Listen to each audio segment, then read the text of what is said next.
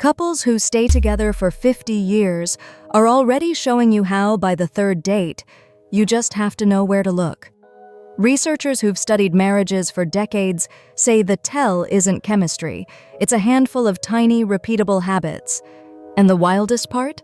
Most people miss every single one. I'm Zara, and this is Zara Explains Love, your cozy little corner of the internet for the psychology behind connection. Relationship researchers have tracked real couples for over 40 years, and today we're covering the 7 patterns they found, all visible within your first 3 dates together. Number 7. Repair attempts. This is the small effort someone makes to de-escalate tension before it snowballs. A joke, a gentle touch, and, okay, let's start over. Psychologist John Gottman found that couples who last aren't the ones who never argue. They're the ones who repair well during arguments. On date 2, imagine you mildly disagree about a movie, and instead of digging in, your date laughs and says, "Okay, we clearly have different taste. Want to compromise?" That tiny move is a repair attempt, and it's a huge predictor of long-term compatibility. People who never learned this growing up often escalate instead, raising their voice, going quiet, or getting sarcastic when tension appears. Watch for it early. Does this person try to lower the temperature or turn it up? You don't need someone who agrees with you on everything. You need someone whose instinct, under mild friction, is to reconnect rather than win. Next time a small disagreement pops up on an early date, notice what they reach for first. That instinct is basically a preview of your next 50 years of Tuesday arguments about dishes. Number 6. Shared humor style. Not just laughing a lot, laughing at the same kinds of things.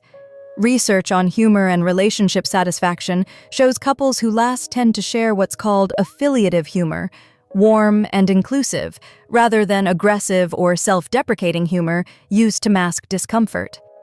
Picture date 1. You make a self-aware joke about being nervous, and they don't just laugh, they build on it with their own joke, making you both the punchline together instead of one of you. That yes and energy is a real predictor of ease decades later, because it signals emotional safety, not competition. Compare that to a date where every joke is at someone's expense, the waiter, an ex, even you, and the laughter feels a little too sharp. Humor style is basically an X-ray of someone's coping mechanism. People who use humor to connect tend to keep connecting when life gets hard. People who use it to deflect tend to deflect for 50 years too. On your next date, notice not whether you're laughing, but what you're laughing about, and whether the joke ever lands on you in a way that stings just a little too much. Number 5. Curiosity over certainty. Long-lasting couples keep asking each other questions for decades. New ones, not the same 3. Psychologist Arthur Aaron's research on closeness found that sustained curiosity, not just initial chemistry, predicts how connected couples still feel years later. Here's the date 3 version. Instead of assuming you already know how your date feels about something because of one comment weeks ago, you actually ask. You say, "Wait, tell me more about that," rather than filling in the blank yourself. People heading for 50 years together treat their partner as someone still worth discovering, even after decades. People heading for burnout start finishing each other's sentences a little too confidently, a little too soon. On an early date, watch for whether they ask follow-up questions or move straight to the next topic. Do they seem genuinely interested in your answer, or just waiting for their turn to talk? That gap between hearing you and actually being curious about you is one of the clearest early signals of how much effort they'll put into knowing you at all, not just now, but in year 20, when you've changed and they still want to find out how. Number 4. And here's a question for you. How many kind moments do you think it takes to survive one harsh one? Gottman's long-term studies found the number is roughly 5 to 1. 5 positive interactions for every negative one in couples who stay together happily. That's not about avoiding conflict, it's about the surrounding climate. On a third date, This shows up subtly. Maybe they tease you a little too hard about being late, but it's surrounded by 5 other moments of warmth. Remembering a detail you mentioned, complimenting you genuinely, laughing with you, checking in about the food, walking you to your car. The ratio holds. Now picture the opposite. A date full of one nice comment buried under a pile of little digs, sarcastic corrections, or dismissive jokes. Even if nothing feels like a red flag individually, the ratio is upside down, and that imbalance compounds over years, not days. You're not tallying points on a scoreboard here. You're noticing the general emotional weather. Warm with occasional friction ages well. Friction with occasional warmth does not.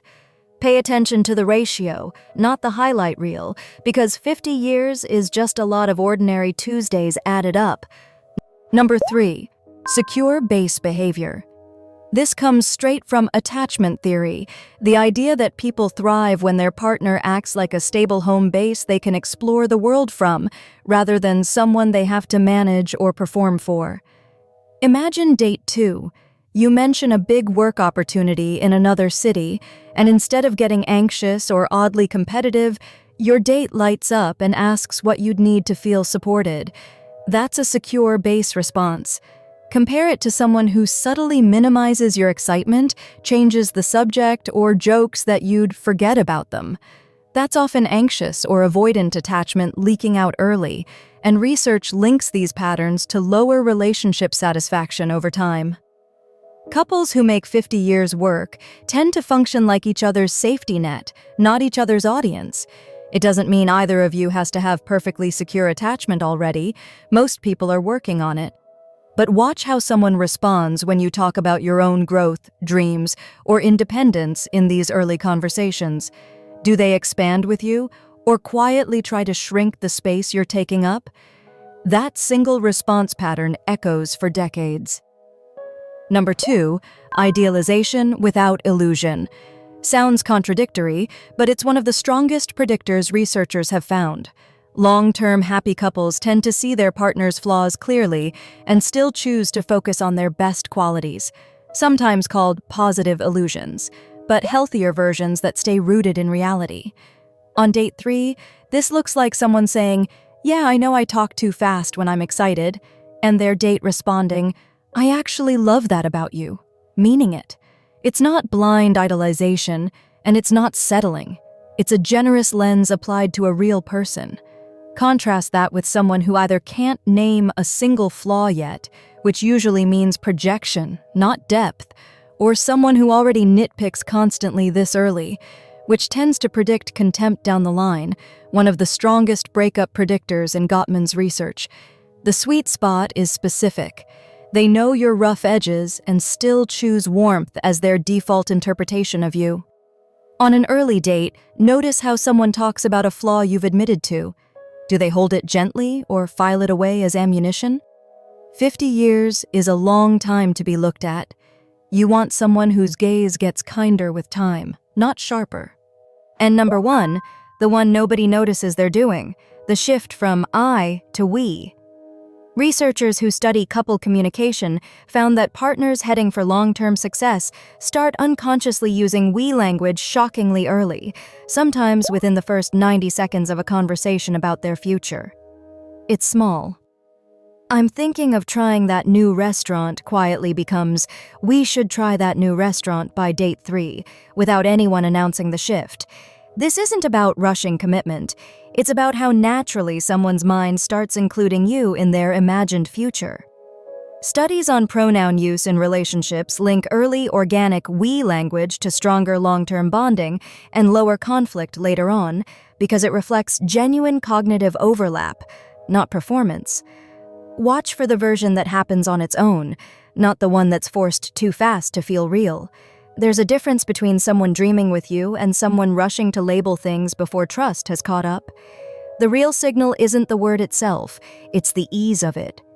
50 years from now, the couples who made it usually can't remember the exact date they started saying we. It just happened, quietly, while they were busy falling for each other. None of these 7 signs are about finding someone perfect. They're about noticing how someone handles friction, curiosity, and your future right from the start. The couples who make it to 50 years aren't lucky. They're just consistently, quietly doing these small things on repeat. So next time you're on date 2 or 3, you don't need a checklist in your head. You just need to actually pay attention. Tell me in the comments, which one of these 7 have you already spotted, good or bad, on a recent date? And if this helped you see your own dating life a little more clearly, subscribe to Zara Explains Love. There's a lot more of this psychology waiting for you.